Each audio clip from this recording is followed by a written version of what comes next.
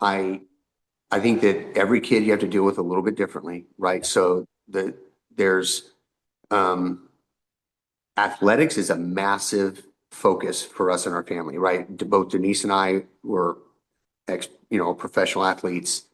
So that was the natural pathway for them. Like you're going to be involved in sports. So it took them a little while to figure out what they liked, and then they've gone about it. And so each one of them have excelled extremely high. Denise or Rocky's been, a top five level national gymnast. She's every sport she's transitioned to, she's done phenomenally well. And the way that we view that is that's their job. Their job is school, right? And maintaining not like the job is straight A's. Like there's no reason to not have this in your life. You've got an incredible structure at home, parents that are on top of it, right? Um, and then on the athletics side, like you don't have to be the very best, but you treat it, very seriously. Um, from the very beginning, I'm like, your job is to get a scholarship. And regardless of money that we have saved for college, you need to do your part. And then that carries into this issue with like buying a car, as an example. Like my family didn't buy, they didn't have money, right? So I bought a 1965 Corvair. Uh, I think I paid $1,100 for it. And I had just a small thing. I'd saved up some cash, but because I had to give to the church, I was like $100 short. So I borrowed $100 from my mom to buy this car, and I paid her back. And that was my deal. So for them, it's like now I had a job. I did play athletics in school, but it was just a very different scenario. So, we've basically made an agreement that if you sustain your end of the bargain, right? And this is your your athletics and your school, then we will find a reasonable um, car. The challenge you have is what level of reasonable, because if I buy him a car that needs work, that's going to become a major burden for me, right? Because I'm going to end up chasing them around and fixing this damn car all the time. However, you know, you have no business buying a new kid a new car, right? So we kind of went all back and forth, and the allocation that we ended up giving was, I think, like around $15,000. That was what we kind of landed on. Um, Now, if everything goes right, they graduate school, they go into college, then I'll gift them the car. But until then, it's mine. And that's so they do have to ask for permission to, I mean, they use it on a daily basis, but in general, right? Like we leverage that to be an asset that they own, they understand that it's a privilege.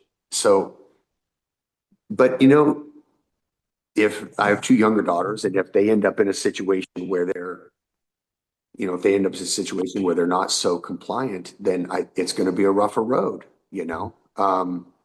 So I think you have to be principally based, right? And when I say by principles, for me, that my moral foundation is Christ and doing everything within that realm.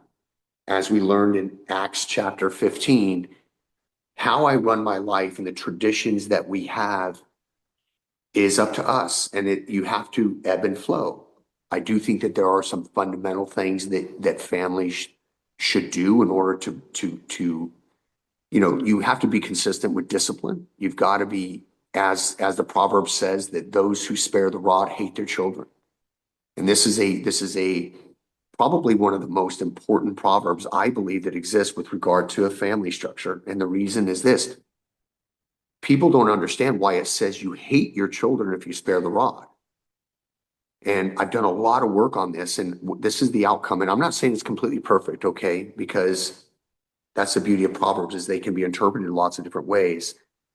But this is what I've discovered about myself, is that when my child does something that requires a punishment, it is much harder on me to punish that child than it is that child. So if I'm not willing to punish them, it's because I love me feeling the love says that you love yourself more than you love the future of that child because you're actually inhibiting their progress or their ability to manage things later on because you didn't discipline them now. You spared the rod. And so I live by that. I do believe in spanking your children. But here's the beauty of it. I've spanked each children, I think, except for my middle daughter. She's a little tougher, but I've spanked each child one time. And I did it around that age of reflection, right? So I don't, so like between 3, 5, give or take. But when I say no, I'm not playing and I'm not saying it again. So as soon as that gets tested, you fulfill your end of the agreement, which is I said no. But once you do that and you establish that they behaviorally, they realize that like this is not a negotiation, then they conform their entire behavior going past that. Not that they won't test it, okay? Whereas if you let that go, now that lack of promise becomes structural in how they behave concerning all things. And of course, as they get older, it gets bigger. My middle daughter, I've spanked her, I think, 3 times. And but ultimately now she's my middle daughter, she's 13. And you know, not that you don't have tough conversations with your children, right? But if you asked any of them, oldest being 17, youngest being 11, if you believe, like if they were talking, if someone were talking to them and I wasn't in the room, they said, do you think your dad would actually take and whip you, like spank your butt? They would go, oh, absolutely. Like, that's not even a question. The irony is I've not spanked him for years, right? It's just that the bluff is in. And and they know that I maintaining my promise is fundamental to to everything in my life, right? So and this is the foundation of accountable life. This is the business that I run in helping men build a platform of structure to help reorganize their hupatasso, it's called. It's a Greek term. You can look it up. It's in the New Testament.